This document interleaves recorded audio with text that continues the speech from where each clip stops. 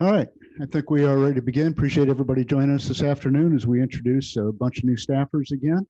And we'll let Coach Beamer make an opening statement, and then we'll open it up for questions. Coach? Thanks, Steve. Appreciate everybody being back on today with us. Hope everyone had a great holiday weekend. Excited to be back here talking about some new additions to Gamecock football and the Carolina Athletics Department. Before I get started, I just wanted to congratulate Asia Wilson on her statue yesterday. What an amazing accomplishment, an amazing day. Saw some of the videos of her speech yesterday, and wow, some of the things she talked about and was very, very impactful for me to hear. Just wanted to congratulate her and on her statue, the impact that she has made and continues to make on basketball and athletics in general, on and off the court. And I think it's a great example of someone that is from South Carolina, stayed at home here in South Carolina, and was able to accomplish so much here for her home state school. I used to tell guys that we recruited about the impact, and still do, the impact that you can have when you stay at home and play for your home state school compared to leaving the state of South Carolina and going other places to do it. And to me, Asia is a great example of that. You see that with a lot of football players that have come from here or come out of here as well.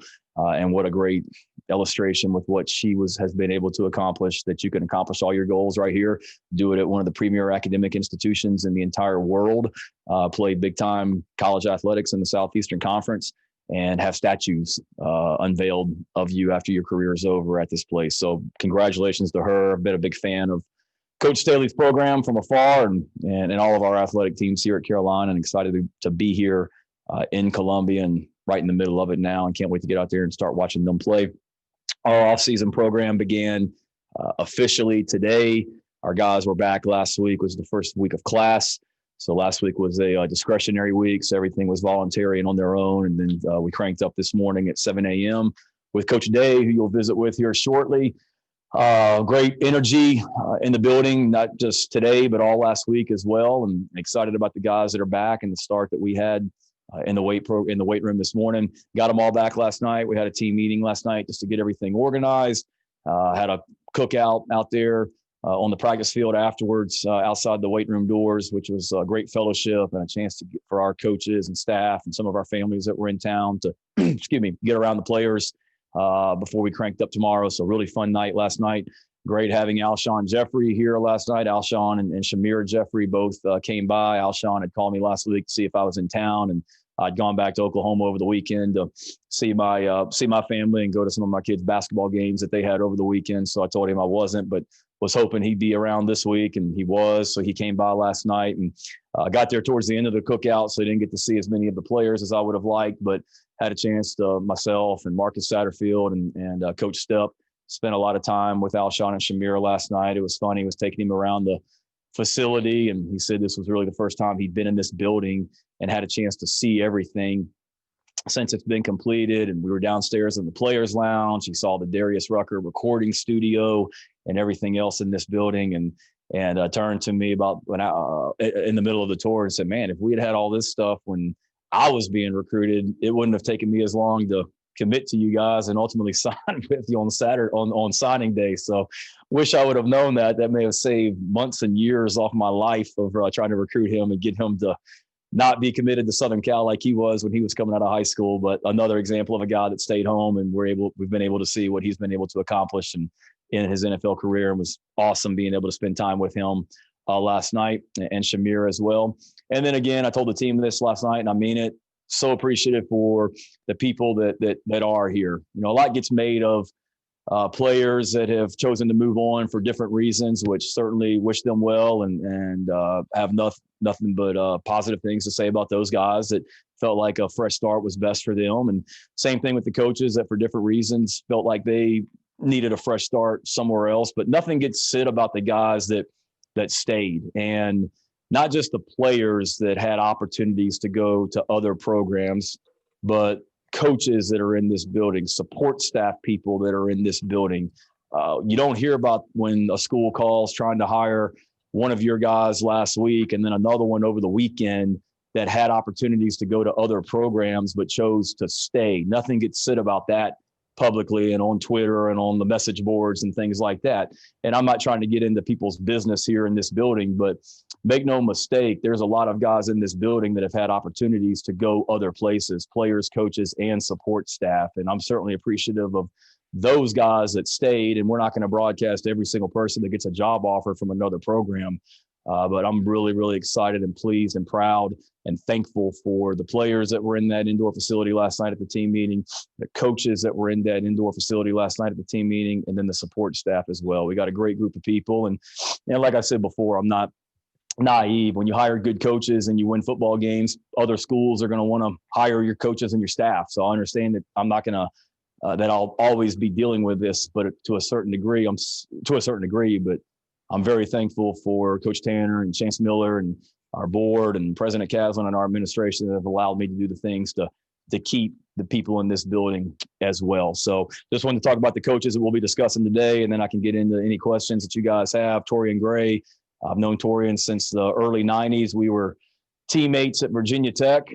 He was on the field and playing a lot more, but we did compete against each other a little bit in practice when he was playing defensive back. But a guy that is from Lakeland, Florida originally, played football at a high level at Virginia Tech, coached or played in the NFL after his playing days were over, has coached in college football, has coached in the NFL with a couple different teams throughout his career. As good a defensive backs coach as there is anywhere in the country. He was with the Washington Redskins in the NFL when he went to the Washington football team. When he went to the Washington football team, he had opportunities to go to some other NFL teams that same year when he was coaching defensive backs at Florida.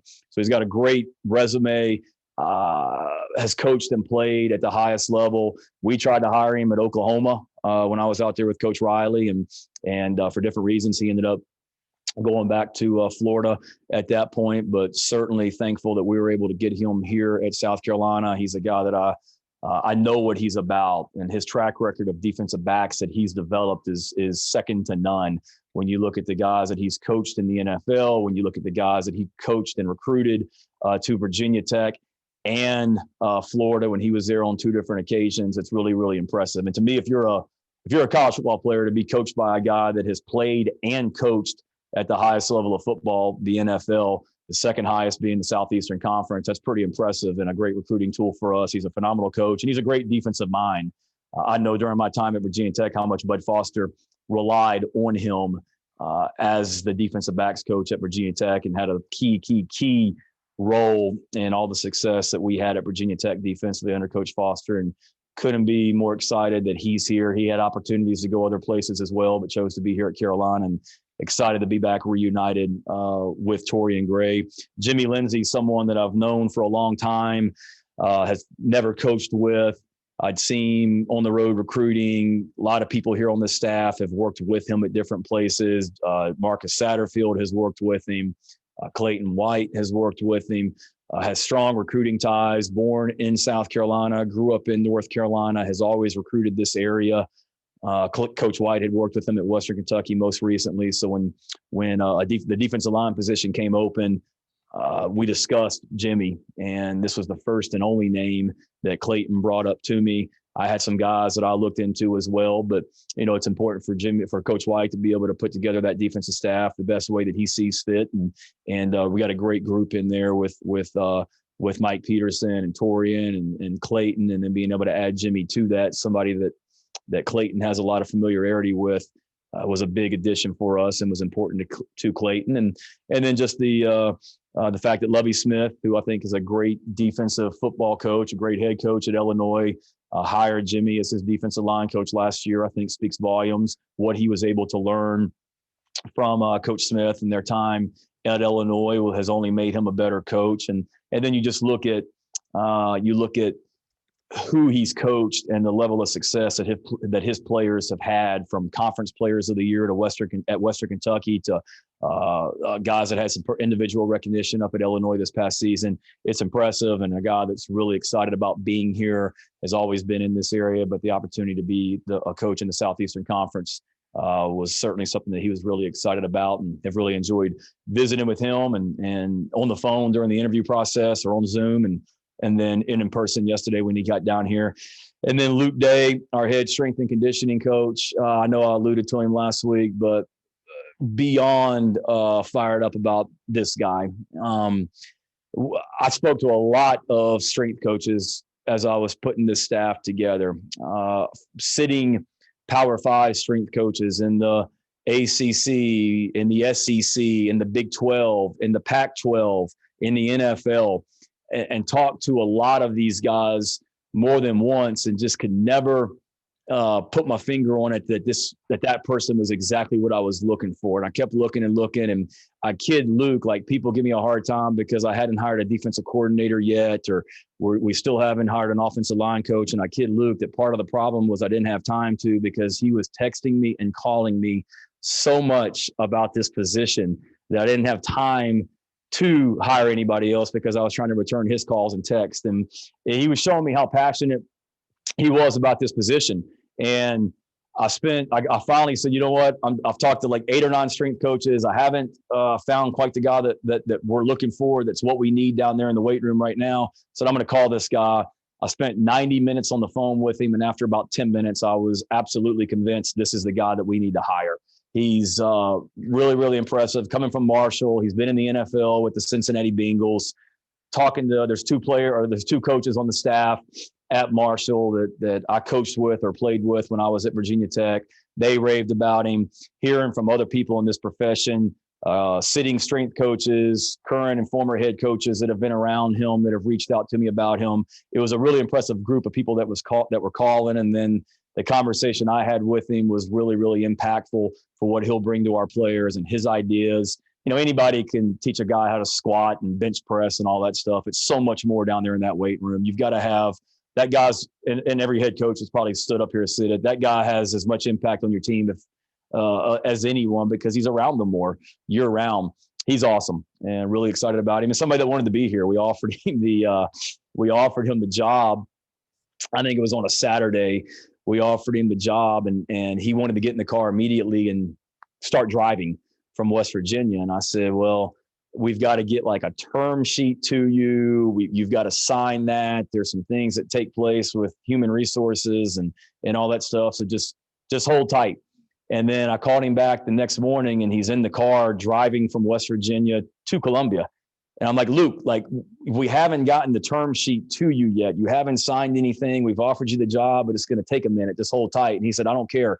He goes, I want to be in Columbia, ready to go to work. So as soon as I get that term sheet and that contract, I can sign it, and I'm already in Columbia. And I think he got the term sheet like on a Saturday night at like 6 p.m. He was already in Columbia. He signed it and had it back to us by probably 6:01 after he got it, and then immediately came to the facility on Saturday night with someone that he's since hired as an assistant coach that I hadn't even offered a job to at that point, that he brought over to the facility because he just wanted to see the facility and immediately get to work on how he was going to set up the weight room. So talking to our players, he's very real. He's very genuine. He's very passionate. He's very energetic. I think he'll be awesome for us, and excited about Luke, Jimmy, and Torium. And with that, I'll be glad to answer any questions you guys have. Please use the raise hand function. I think y'all know how to do that. And Phil Cornbrook with the first one. Oh, gee, what an honor. In lieu of what happened at Tennessee yesterday, what do you say to your coaches about recruiting rules, following the rules, just making sure everything is done above board and there's no issues in the background? Yeah, I think it starts with Commissioner Sankey and the expectations he has for us as a program, and all the programs here in the Southeastern Conference. It is me and our administration. Every staff meeting we have, we try and cover something from a compliance standpoint. Jeff Whitehead, our assistant AD for compliance, was in our staff meeting last week, and he went over everything with us from a rule standpoint, certain aspects, the transfer portal, things like that, which you can and can't do. And I've seen it at a place like Oklahoma, where we came from, and other schools where you can do things the right way. And we're certainly going to do things the right way here. It's great teaching tools for sure when you're able to pinpoint or spotlight other programs that maybe are in dealing with some issues like some schools out there right now is an illustration of mistakes they made and not assuming anything. But one thing we talked about in that staff meeting last week was if you ever have a question about something, call Jeff, call Chance, whoever.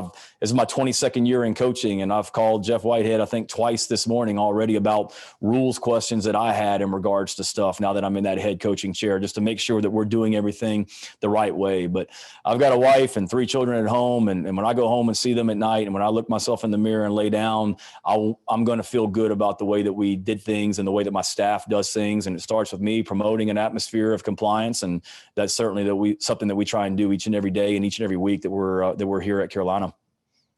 Go to David Cloninger. Hey, Shane, thanks for doing this. Once it's all said and done between your on-field coaches and your analysts, every other person you have, do you have a round number of how big you want your staff to be? Good question. Yeah, and I think that's potentially evolving some as we go. And we talked about it in the interview. I've been at Oklahoma the last few years where it was a little bit probably similar to what South Carolina was last year in this building, in this organization. I've been at the University of Georgia where it was a lot more than that. And I'm more of a less is more kind of guy, define roles.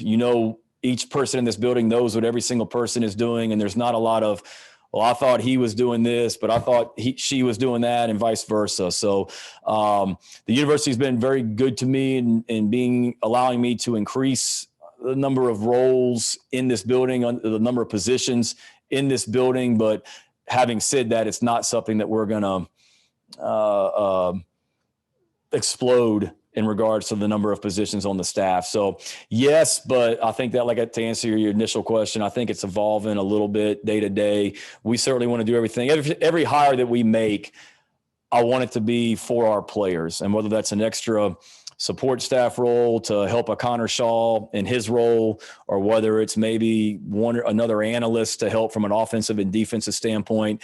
There's some competitors of ours that certainly have very giant organizations, and I don't necessarily, that's right for them. It's not necessarily what we need right now, but we also need to make sure that we're on a level playing field and able to compete with those guys on and off the field with their staff sizes as well. Pete Ackerbelly. Hey, Shane, I'm going to pull a Phil Kornblut and ask 2 questions. One, you talk about the offseason program starting. Do we know much about spring football dates? Do we even know if we're going to have one yet? And 2, regarding a vaccine, do you have any information about when you, your staff, or your team might be vaccinated? I do not. I do not. I talk with, met with Dr. Guy, our orthopedic surgeon, this morning. I've talked to Clint all the time, but I do not. And obviously, there's a lot of people out there that are not dire, but need that vaccine very quickly, I'm sure, and certainly want to be respectful of that. But no, haven't had any conversations about that. I don't mean to make light of it, but I'm hunkered down in my office trying to finalize a staff and things like that as well. So haven't had those conversations, but we'll do whatever the medical professionals in our university thinks best for our program and staff. And then spring practice, I'm planning to proceed in full speed ahead with spring practice like normal until somebody tells me otherwise. And all my conversations have been that we're full speed ahead. Right now, we're tentatively scheduled to start spring practice on March 20th. Is our tentative start date.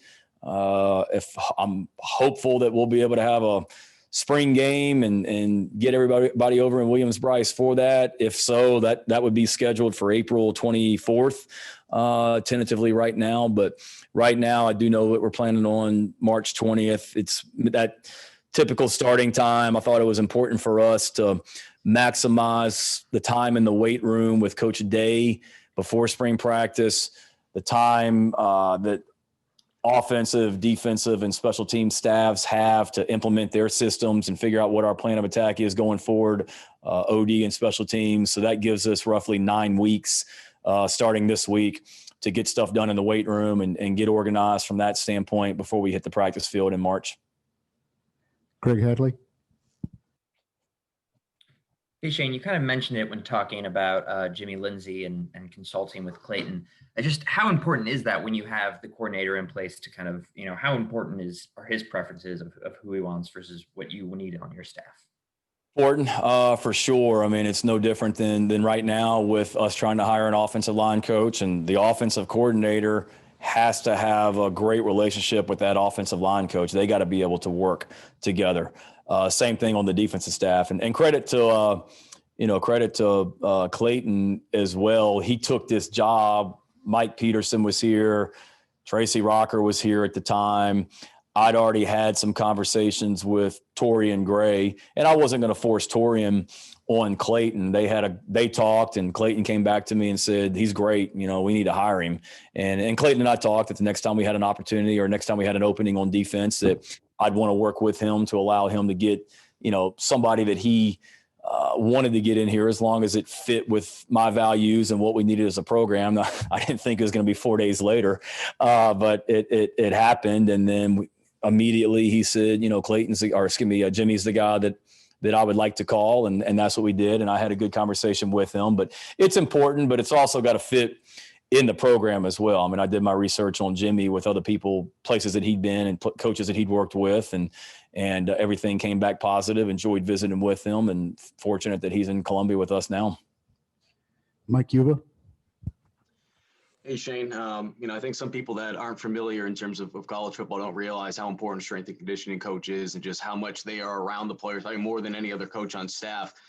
With your previous stops, especially the places where you have had success, how important has that strength and conditioning coach been, number one? And number two, what are some of the characteristics you think that make a great strength and conditioning coach and can lead Luke to being able to be that here at South Carolina? Huge. You're exactly right, Mike. I mean, I saw it firsthand with my dad at Virginia Tech. He had a strength coach by the name of Mike Gentry for all 29 years that he was the head coach at Virginia Tech, and no other guy. And I saw the impact that Coach Gentry had on the Virginia Tech program for decade after decade that he was there. And then I've been around some good ones as well at the places that I've been. As a graduate assistant at Georgia Tech, one of our assistant strength coaches that year was Scott Sinclair, who's the head strength and conditioning coach now at Georgia, who Luke Day replaced at Marshall. So seeing Scott in two different roles and what a impact that was for Kirby and us our first year over in Athens, and then being back at Virginia Tech as an assistant coach with Coach Gentry in that role, being here at South Carolina and seeing the impact that Craig Fitzgerald had on our program when Fitz came in as a strength coach in a short time, and the impact he made on our players and what he did out at Oklahoma with Benny Wiley, who's one of the more respected strength coaches in the country in the last couple of years. So it's huge. I mean, it's not just I can hire anybody and go down there and get the guy stronger. It's motivation, it's spiritual, it's social, it's nutrition, it's working well with Clint Haggard in the training room and Kristen in nutrition. It's being on the same team and we all work together. It's so many things, but you're right. I mean, that guy's with the players in the summer, in the spring, right now down in the weight room. And I think the qualities, obviously you've got to be knowledgeable about the profession. You got to be knowledgeable about how to get guys stronger, but it's so much sports science related now. It's total body. It's being able to, like I said, get in there and motivate guys. And I think you've got to be real and consistent and genuine. And I think that's the one thing with Luke that our players appreciate, just being around him in a couple team meetings, is he's going to tell it like it is. And I think his passion just oozes out of him about being here and his excitement about being here and how much he wants to work and make this thing right. I was talking to Clint, our trainer this morning, Clint Haggard, and he said he and Luke talked multiple times this weekend just about strength and conditioning training room, but then things outside that as well. And that relationship's got to be critical, because at the end of the day, you've got to your players got to be available. They've got to be able to play on Saturdays and be healthy, and everything going on in the weight room. It all starts there, but it ties in with everybody else in this building as well. And all these roles work together. Josh Kendall. Hey, Shane. Can you identify that quality that you were looking for but not finding in your previous strength coach conversations, and the moment that you heard it from Luke in y'all's conversation? I don't know if there's anything. It just, you know how it is. Sometimes you get a feeling that this is what we need. And there were some really, really, really qualified and great strength coaches that I talked to. Like I said, you don't have success like these guys. Some of these guys that I talked to that wanted to be at Carolina without being successful and very impactful in the roles that they're in. So I don't know if it was anything that those guys didn't have. I think it was just the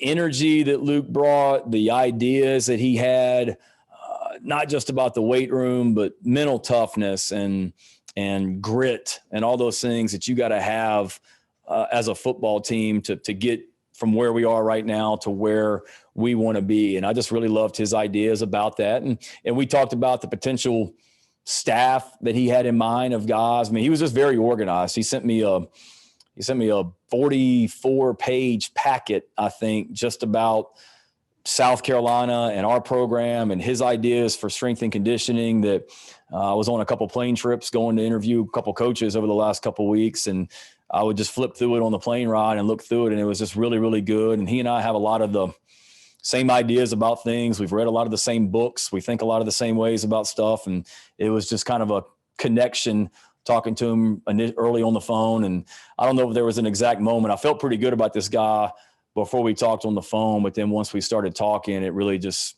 solidified everything that I felt about him. And then, like I said, the staff he was able to put together, he talked about that in his packet, and that was really impressive too. It was kind of like he told the team last night, when you come coach, when you take a job in the SEC, you're able to put together like the A team of assistant coaches, and feel confident that he has and will continue to be able to do that as some of these other hires are finalized and announced. Did he send you that packet unsolicited? Say it again. Did he send you that packet unsolicited? He did. He emailed it to me. It was part of like the 50 text messages, voicemails, missed calls, and everything else I had from him about it. So he was persistent and passionate. But yeah, he sent that to me and just said, look through it, and it was great. He put it together. I mean, it was the background. It's like a PowerPoint thing that he printed out on paper, or that he emailed me that I had print out. It was a garnet background, had the Block C logo all over it, and was very specific to the program. And anybody can do that. Don't get me wrong. I'm not saying he got the job because he put together a nice 45-page packet with the Carolina logo on it. You got to be credible and be able to do the job. But that certainly helped him and piqued my interest, and had a great visit, great conversation with him that day on the phone as well. Thanks, Shane. Colin Taylor. Shane, I guess you've mentioned now the offensive line position. Just where are you in that process, finding a guy, and what are some of the qualities you and Marcus are really looking for when you sit down to interview candidates? Yeah, obviously X's and O's knowledge and being able to fit in with not just Marcus, but that entire offensive staff room. I mean, every time I go back in that staff room, the vibe, the connection in there, it's really, really good. They're getting a lot of work done, but it's a great group of guys in there, and they certainly have a lot of fun in there as they've been plowing through recruiting video and talking scheme and things like that. So you got to get a guy that is going to fit in with that room. But then more importantly, it's that person has to connect with the offensive coordinator. I mean, it's a critical hire, whether I was at Oklahoma with Lincoln Riley and Bill Beatenbow, or when I was at Georgia with Jim Chaney and Sam Pittman, who had worked together at Tennessee and Arkansas before. I mean, those guys got to be able to speak the same language, be on the same page, connect. So that's one thing that obviously is first and foremost important. And then you got to be, like all the other positions, a great person and fit in with the players in this building and the staff in this building and the group that we're putting together. It's a really good group of offensive linemen that certainly need somebody to come in here and continue to elevate them and lift them up on and off the field. So looking for a guy like that can make these guys better players on the field, and then certainly help create the bond that those guys need on and off the field as well. And we're working through it. There's certainly some guys that Marcus has been around during his career that we've talked about. There's people that I've been around in my career that we've talked about, and we've had some really good conversations, and I think we're close on that. Again, like every other position, there's no lack of interest in the position as well. They see that we've got the majority of the offensive line coming back. They see a 1,000-yard rusher with Marshawn Lloyd sitting out last season. There's a lot to like about our offense if you're an offensive line coach out there across the country, not to mention coaching at a great place like South Carolina. So a lot of interest. It's just trying to find the right fit for what we're looking for on and off the field. John Del Bianco. Hey, Shane, can you speak to some of the guys you guys have brought in from the transfer portal that are enrolled? Yeah. I don't want to start naming names because I'll forget somebody. If you want to ask, we can talk about them or however you want to do it. Because if I start naming them, I'll probably forget somebody and I don't want to leave anybody out. Yeah, well, Amarian Brown for starts. All right. Good there. Yep. Really excited. Obviously transferred from Georgia Tech. You look at what he did at Georgia Tech, broke a lot of Calvin Johnson's freshman receiving records. And he was a position when I got here, I sat down and we talked about what are some immediate positions of need. And that receiver was one of them. And he's a guy that's played some, had some really great conversations with he and his family over Zoom over the holidays that will help us here immediately at that receiver position, bring some speed and big playability, which we definitely need out there on the perimeter. And Daryl Williams, I think he's there too. Yep. So Daryl, or Debo, as we call him around here, that was somebody that Marshawn brought to us. So we've told him he's 1 for 1 as a recruiter. Marshawn came to myself and I guess Coach Kitchings and said, look, I know this guy from back home in the Maryland, Delaware area. Just take a look at his video and watch this video, and you're sitting there, you turn it on, you're like, oh my gosh, how is that guy how did he not get recruited from ACC, SEC, Big Ten, you name it, schools? I mean, really impressive video, really productive high school career. And he's a guy that is all business. When I told you guys, I think I told you last week that I walked in the weight room last week at like 5:45 a.m. and there were 2 guys in there already lifting weights. It was Debo and Marshawn. We were in there together. So he's a guy that's certainly thankful for the opportunity to be here and really excited that he's a part of the program. He's one of those guys. He may be 18 years old or whatever he is, but he's like 18 going on 22, the way that he carries himself. He's all business and will help us at that linebacker position. And then I think you guys got 3 more in Jakeem Green, Jordan Strawn, and David Spalding. There you go. So David gives us some length at the defensive back position. Really impressive measurables when you look at his size, his length. Everybody in America is looking for DBs with some size that can run and have speed size, speed, and length. And he has all that. He'll help us at another position of need where we're thin on numbers there in the secondary for different reasons. So that's a big get for us. We're continuing to look to add maybe some more guys down the stretch at that defensive back position. Jakeem, local guy from here in Sumter, or from Sumter, that via Nebraska ended up coming back to us, that we looked and we said we felt like we needed to add someone on the defensive line in that interior D-line position.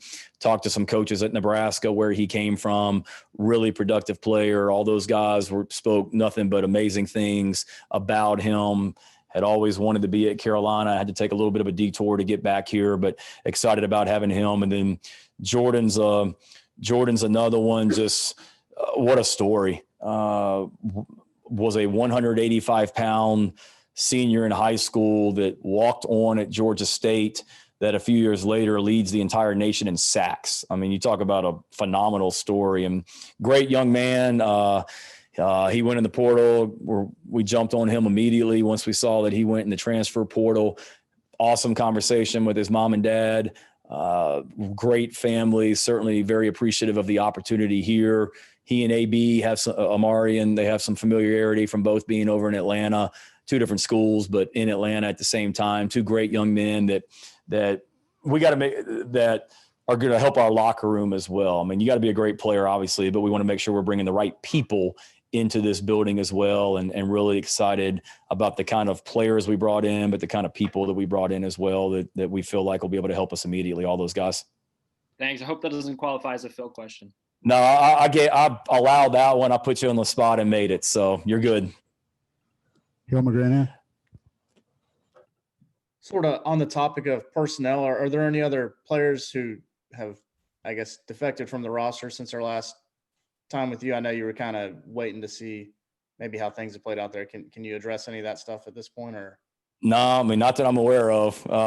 Like every school in America, the transfer portal is popping for sure, but I haven't been given any indication. And I finished up all my individual meetings with all of our players. Last Wednesday was my last one. So I had 90 plus players. Anybody that's on our team has been through my office, some of them with their parents and some of them with not, but had great meetings and answered questions. And certainly, every day is its own day, but everybody, attendance was 100% last night at the team meeting of everyone that we expected to be there, and don't anticipate anything else happening. But again, we just continue to move right along and coach the guys that are in the building, but really fired up about the group that is here for sure. As sort of a follow-up to what you said about possibly looking for more help at DB, are there some other positions on the team that you guys feel like you definitely need to continue to address moving forward?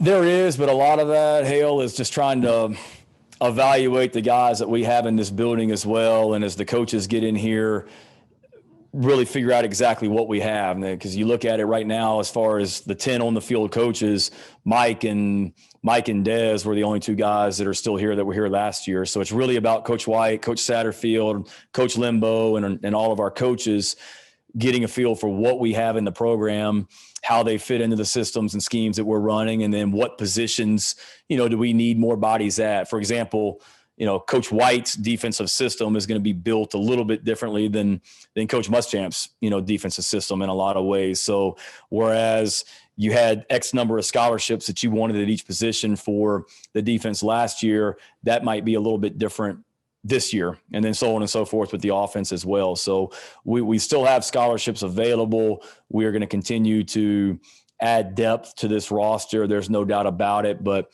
a lot of it is, you hear NFL teams talk about it, about positions of need or best available player. And we're certainly in that boat right now with all that positions that we'd like to, increase a little bit depending on how things go going forward with the guys that we have here, but then also trying to find the very best players that can help us immediately as well.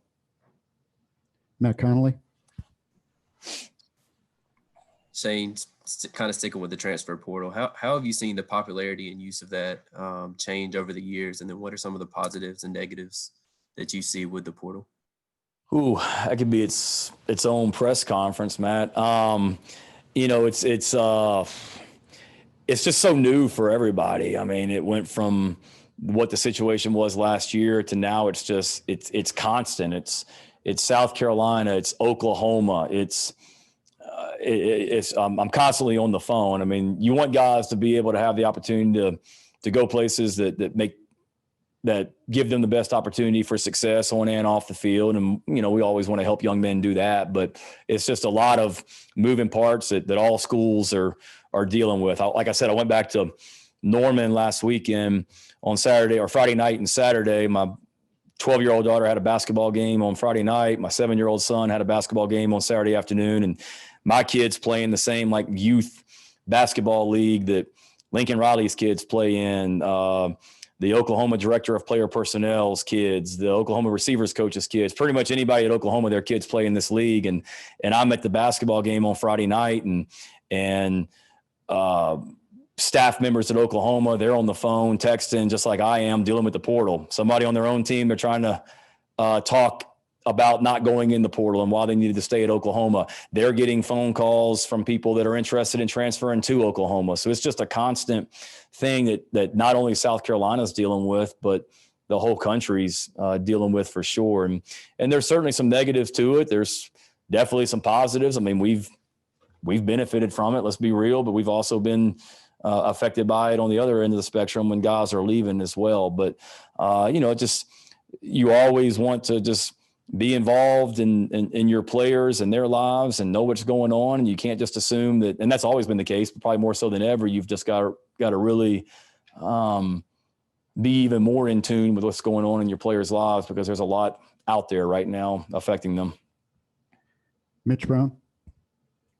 Coach, obviously you watched the tape on Darrell Williams, but how how much of a no-brainer was it when you saw he went by Debo and you said you got to have another Debo in the program? And then secondly, you talked about the recruiting tools that the recording studio is, just having an extra amenity. I'm not sure if he's been back, but when do you expect Melvin Ingram to get back to lay down a track in there? I hope soon. I mean, who better than Melvin to come in there and do that with his with what he's been able to do out in California as well. So I texted Melvin over the weekend about something, and he assured me that he would be back here often. So hopefully with their season wrapping up, we'll be able to get him back out here soon. Again, I texted him over the weekend, but you're right. I mean, the facility here, it's so many opportunities and resources here in this building. It's as good as anywhere in the country for a high school prospect to be a part of each and every day, for sure. And yeah, to get another Debo in the building is a no-brainer, especially a Debo that plays linebacker. I mean, you almost like have to take that guy, an inside linebacker named Debo. So he has lived up to the name Debo in the 2 weeks that I've been around him, and he's pumped to be here, and really, I know he's very motivated about the opportunity and motivated to get to work. Dennis Brunson. Hey, Coach, how you doing? Good. How are you? I'm doing fine. I'm from over in Sumter, so I wanted you to expand a little bit upon Jakeem Green. What do you like about him, and besides his girth, obviously, and what made you decide he would be a good fit for your team? Just talking to him and hearing his story, and reaching out to some coaches at Nebraska that I know and hearing them talk about him as well. I mean, for a guy that's leaving another school to go to another school, I mean, they had plenty of reason if they didn't want to have anything positive to say, but they were over the top positive about him and the kind of young man he is. Obviously, his size and his athleticism and his ability inside, I mean, he's a disruptor, and will certainly help us from that standpoint. Everybody's looking for defensive linemen across the country, and to have a guy that has that size, has that athleticism, can be disruptive in the interior, is an older guy. He's not a freshman coming out of high school. He's got experience. He's got a story that has kind of hardened him along the way, the different stops that he's had to end up back here at South Carolina. Hearing him tell me that was pretty cool, hearing his story and the lessons he's learned and how appreciative he is. And then just to have an in-state guy, we know what this place means to people from the state of South Carolina. And I have a guy that's always wanted to be at Carolina that had to take a little bit of a different avenue to get here is impressive, and somebody that I know is going to do great things for us. We'll take two more. Dick Cox. Hey, Shane, I know it might be a little bit early to tell, but do you feel like you're going to be able to get spring practice in this year? And what are you hoping to be able to accomplish during what could be kind of a crazy off season? Yeah, I mean, we just take it each and every day, one day at a time. But we're full speed ahead on spring practice and anticipate being able to get it in. Obviously, I was at Oklahoma last year, and we got one practice in before everything was shut down. And obviously we're following the proper protocols and trying to do the right thing here in the building and then outside the building as well. So we're able to do that. And then until the people above me tell me that we're not having spring practice, we're full speed ahead on spring practice and excited to get out there. And man, there's so much that has to get done. You've got 15 practices with a new staff and a lot of new players and new faces out there. So 15 practices really isn't enough. But, obviously the base stuff, being able to get in there and establish the foundation of your schemes, offense, defense, and special teams, players learning how we coach, us learning our players, developing mental and physical toughness, getting better as a football team. I mean, all the things every team across the country is trying to do in spring practice, especially more so for us this year with the fact that we didn't get spring practice last year, new coaching staff, new faces. It'll be extra important for us to be able to get that in. Last question, go back to where we started. Phil Kornblut. Oh boy. Okay. Got two for you, Shane, here to wrap it up. I knew you couldn't go one day without, or a press conference without one, Phil. I knew you'd circle back at the end. I have to squeeze these in. Replacing Drew Hughes, what's going to be your process there, and how important a hire is that for you? And follow up on what we asked you last time we met. Any further conversations with Ryan Helinski about his future potentially coming back? Yeah, for the director of player personnel position, certainly want to get a guy. I mean, that's an important hire, and that runs the recruiting department. Drew did a great job when he was here, and I met with all of the our student assistants that have assisted Drew over the last couple of years yesterday, and those guys are studs. And I told them that they've done a great job helping me and the assistant coaches during this transition. As I came on board, I'm trying to learn about recruits, learn about our current team, and then the new assistant coaches as well. So those guys, they know what the heck they're doing, and they've done a great job, and will continue to as we go forward.